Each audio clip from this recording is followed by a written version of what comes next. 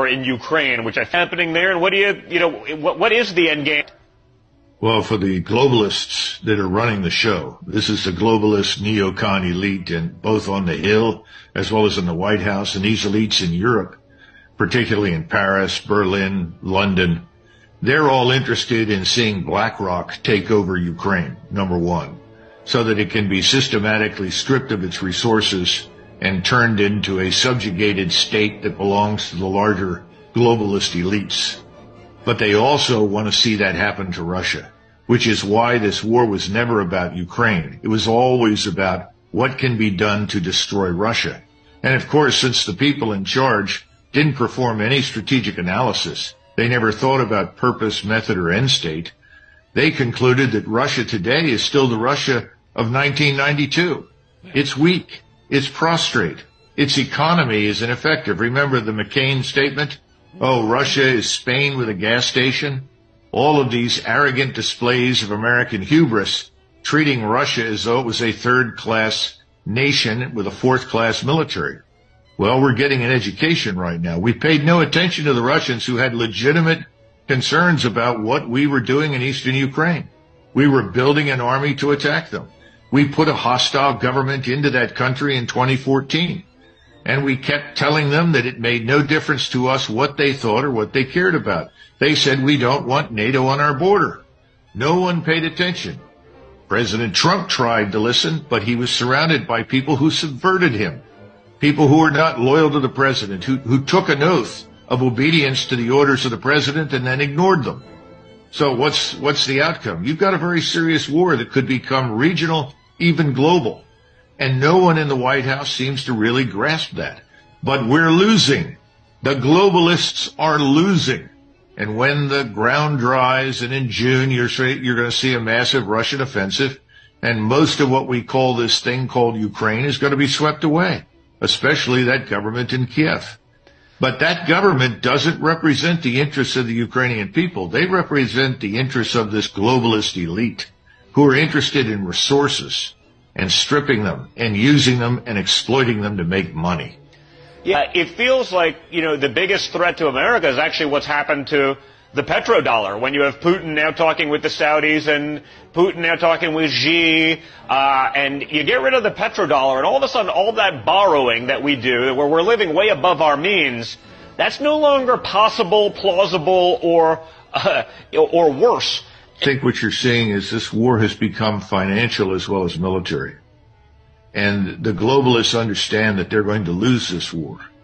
And what will come of this is that the BRICS, Brazil, Russia, India, China, South Africa, are going to be increased by 81 additional members. And all of these people are going to go to a currency that is backed by gold.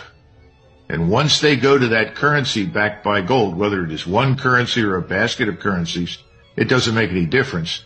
Yes, we are in a lot of trouble. The globalists know that, and it is why they are so desperate right now. And the greatest fear that I have is that when the Russians do attack and it becomes abundantly clear that Ukraine is finished, I mean, it's already obvious to anybody who visits the place for any length of time, it's in ruins.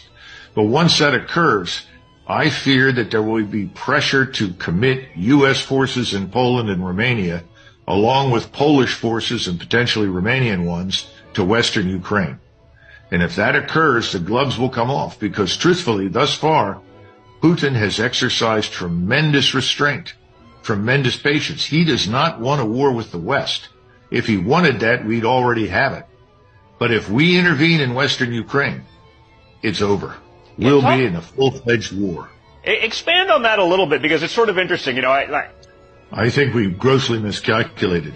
Putin had made several speeches over the last 20 years, repeatedly saying, please do not advance the border to Russia.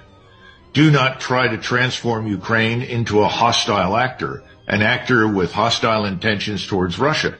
What happens in Ukraine is of existential strategic interest to us, just as theoretically, what happens in Mexico is of existential strategic interest to us, although this administration has decided to ignore it.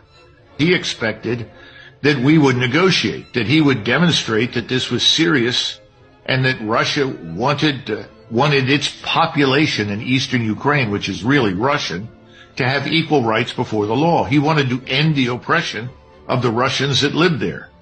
And he wasn't going to surrender Crimea. The reason he went into Crimea is he was afraid it was going to be turned into a U.S. naval base. Biden said, our goal is regime change. Our goal is to get rid of Putin. And our goal is ultimately to divide Russia into constituent parts, then exploit it. All of his supporters, his staffers, everyone in the globalist camp knows this is the truth. The so-called oligarchs, Kolomoisky, Soros, and others are all part of this. None of this is news. Finally, he said, enough's enough. He stopped. They set up a strategic defense. They ran an economy of force mission. And now they have a force in place that can go as far as it needs to go, which includes to the Polish border. They have a plan for a 31-month war against us if we insist on fighting it. And we are in no shape to fight a war. We can't even recruit for the United States Army or the Marines. The Marines are running around trying to recruit illegals and are being encouraged to do so by the administration. Is that what you want in the ground force to fight for this country? Forget it. It's not going to work.